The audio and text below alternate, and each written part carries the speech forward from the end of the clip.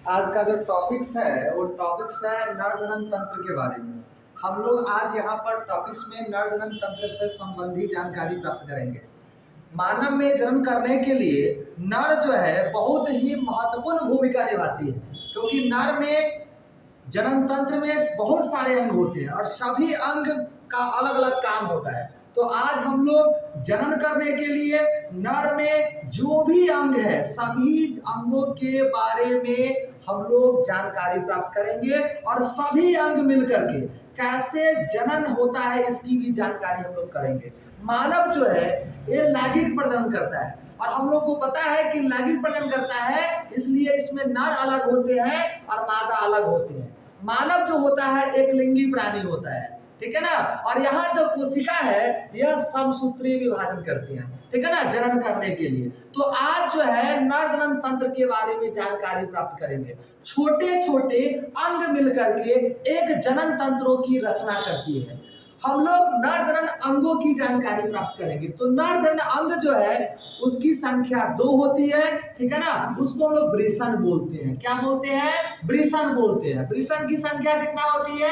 2 होता है। और यह जो है उदर के बाहर होते हैं, मतलब उदर के बाहर होता है। और ये जो देख रहे हैं ये होता है सीसन, अर्थात इसको हम लोग लिंग बोलते हैं, इसको हम लोग पेरिस बोलते हैं। यह पेरिस के दाहिने तरफ इसकी संख्या 1 होता है और एक बाएं तरफ होता है, अर्थात कुल मिलाकर के इसकी संख्या 2 होती है। तो मैंने लिख दिया वृषण की संख्या 2 होता है, जो नर का सबसे बड़ा अंग होता है, इसलिए इसको या फिर इसका बहुत सारे काम है, इसलिए इसको हम लोग मानव का नर जनन अंग कहते हैं। इसको हम लोग वृषण भी कहते हैं, इसको हम लोग टेस्टिस भी कहते हैं। तो इसकी संख्या 2 होता है, या उधर के बाहर होते हैं, ठीक है ना। लटका हुआ होता है, एक इधर से जांग होते हैं, जांग के अंदर की ओर, और जो लिंग है ये लिंग की बाहर की ओर, दोनों तरफ दाहिना तरफ एक और बाएं तरफ एक लटका हुआ होता है, जिसकी संख्या 2 होती है। इसकी हम लोग लंबाई की बात करेंगे तो लंबाई जो होता है 5 सेंटीमीटर होती है।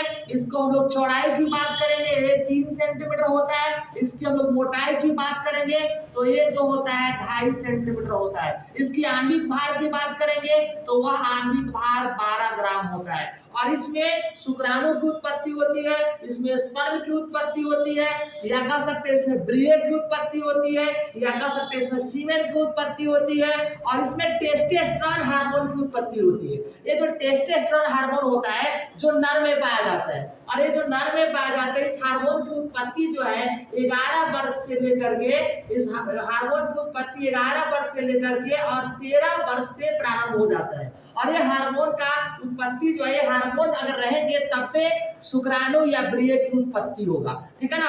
अब यहाँ पर हम लोग बात करेंगे दोनों तरफ वृषण के दोनों तरफ, जो साइड में दोनों तरफ पतला नुकीला संरचना होती है, ठीक है ना, लचीला होता है, जिसको हम लोग वृषण कोष कहते हैं। इसकी भी संख्या 2 होता है। एक दाहिने तरफ वृषण में लगा होता है, दूसरे बाएं तरफ वृषण में लगा होता है, ठीक है ना। दूसरा हम लोग बात करते हैं जो वृषण कोष होता है, इसके ऊपर जो लगे होते हैं, ये इस तरह की जो स्ट्रक्चर देख रहे हैं, इसको हम लोग अधिवृषण कहते हैं। अधिवृषण की संख्या भी 2 होता है, ठीक है ना। इसका भी संख्या 2 होता है। यह भी एक दाहिने तरफ वृषण में लगा होता है, ये बाएं तरफ वृषण में लगा होता है। इसमें जो है शुक्राणु सक्रिय होता है, इसमें शुक्राणु जो है इसमें अर्थात जो है सक्रिय होता है, निषेचन के लिए परिपक्व भी होते हैं, ये काम करने का काम करता है। ये जो नली होता है, पतला नली होती है, जिसको हम लोग शुक्र वाहिका कहते हैं। ये शुक्राणु को ढोने का काम करता है, ये शुक्राणु को यहाँ से लेकर के शुक्राशय तक पहुंचाने का काम करता है। इसकी भी संख्या 2 होता है, यह एक दाहिना तरफ एक बाएं तरफ। तो हम लोग जो है शुक्र वाहिका तक की जो स्ट्रक्चर है यह उदर के बाहर दिखाई देता है। उदर के बाहर होता है जो वृषण से लगे होते हैं, और वृषण का जो आकार है, ये आकार जो इस तरह की आकार देख रहे हैं, इसका जो रंग है ये गुलाबी रंगों का होता है। हम लोग बात करेंगे आगे की स्ट्रक्चरों पे। तो आगे जो होता है जो हम लोग देखते हैं मूत्र वाहिनी के चारों तरफ, ये जो मूत्र वाहिनी के जो चारों तरफ जो है ये हम लोग देखते हैं, इसको लोग प्रोस्टेट कहते हैं या प्रोस्टेट ग्रंथि कहते हैं, ग्लैंड कहते हैं। और ये जो ग्लैंड है इसके ऊपर से जो ये उभड़ा हुआ भाग होता है इसको उदरीय भाग या उदर भाग कहते हैं, या पेट का हिस्सा कहते हैं। ठीक है ना।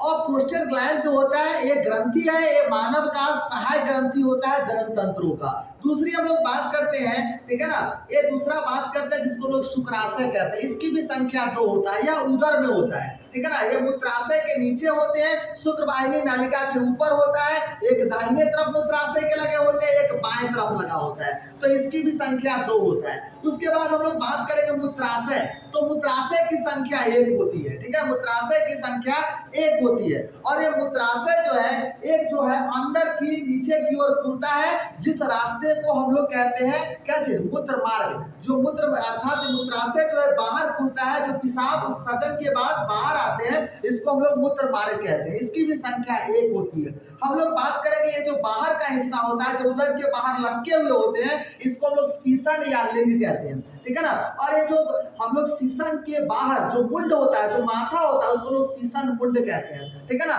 सीसन मुंड कहा जाता है। ये जो मूत्राशय है, मूत्राशय के ऊपर जो है वृक्क नालिका या मूत्र वाहिनी होता है, जिसमें अर्थात उत्सर्जन के बाद जो मूत्र है वो नीचे मूत्र वाहिनी में अर्थात मूत्र वाहिनी से होते हुए मूत्राशय में आता है, मूत्राशय होते हुए ये बाहर आता है। तो इस तरह से हम लोगों को नर जनन तंत्र की जानकारी लेना है, ठीक है ना मित्रों, नर जनन के बारे में जानकारी प्राप्त करना है। तो फिर से हम एक बार समझने का कोशिश करते हैं कि ये क्या होता है, ठीक है ना। तो हम लोग समझेंगे मानव में रिप्रोडक्शन करने के लिए, ह्यूमन रिप्रोडक्शन करने के लिए ह्यूमन में मेल जो है रिप्रोडक्शन सिस्टम होता है, ठीक है ना, नर जनन तंत्र होता है। और नर जनन तंत्र में सभी अंग मिल करके, छोटे छोटे अंग सभी अंग मिल करके एक जनन का कार्य करता है या जनन की कार्य करने में मदद करते हैं, हेल्प करते हैं। और ये अंग में अगर कहीं भी किसी प्रकार की त्रुटि होगा तो व्यक्ति जो है नपुंसकताओं का शिकार हो जाएंगे, वो व्यक्ति बाझ बन जाएगा, ठीक है ना। तो इसलिए यहाँ जो है सभी अंगों के बारे में जानकारी डिटेल्स से दिया गया है, ठीक है ना। तो हम लोग को पता है सबसे पहले नर जनन अंग की जो संख्या है उसकी संख्या 2 होता है, ठीक है ना, संख्या 2 होता है, जिसको हम लोग वृषण कहते हैं। वृषण जो है उदर के बाहर होता है और लिंग के दाहिने और बाएं लगे होते हैं, ठीक है ना।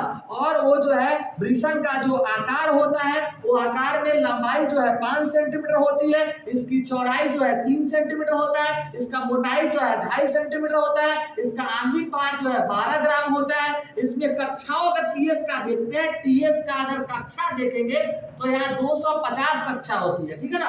हम लोग बात करेंगे उसके बाद इसमें टेस्टोस्टेरोन हार्मोन की उत्पत्ति होता है, जो नर का हार्मोन होता है, ये नर में पाए जाते हैं। इस हार्मोन के कारण ही जो शुक्राणु की उत्पत्ति होती है, व्रीहि की उत्पत्ति होती है या सीमेन की उत्पत्ति होती है, ठीक है ना। हम लोग इसका जो है कलर होता है गुलाबी रंगों का होता है। इसके बाद हम लोग बात करेंगे या पतला जो रचनाएं होती है इसको हम लोग कहते हैं वृषण कोश। और वृषण कोश जो होता है, ठीक है ना, हम लोग बात करेंगे वृषण जो है ये वृषण कोश में खुलता है। वृषण कोश जो है अधिवृषण में खुलता है। अधिवृषण जो है ये शुक्र वाहिनी में खुलती है। शुक्र वाहिनी जो है शुक्राशय में खुलता है। शुक्राशय जो है स्खलन वाहिनी में खुलता है। और ये स्खलन वाहिनी जो है ये मूत्र मार्ग में खुलता है। और मूत्र मार्ग जो है बाहर सीसन या सीसन मुंड में खुलता है। ऐसे स्ट्रक्चर बनता है नर जनन तंत्र का। सबसे आसान, सबसे सटीक है, समझने का भी तरीका है यहाँ पर। और सबसे आसान से इसको फिगर बना करके, बायोलॉजी में क्या है, अगर जिस बच्चे को स्ट्रक्चर बनाने आ गया, जिसको स्ट्रक्चर की जानकारी है,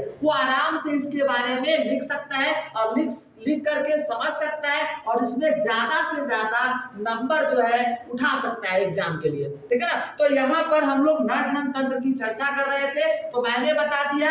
फिर से एक बार समझते हैं। वृषण की संख्या 2 होता है, वृषण कोश की संख्या 2 होता है, अधिवृषण की संख्या 2 होता है, शुक्र वाहिनी की संख्या 2 होता है, प्रोस्टेट की संख्या 1 होता है जो सहायक ग्रंथि होती है।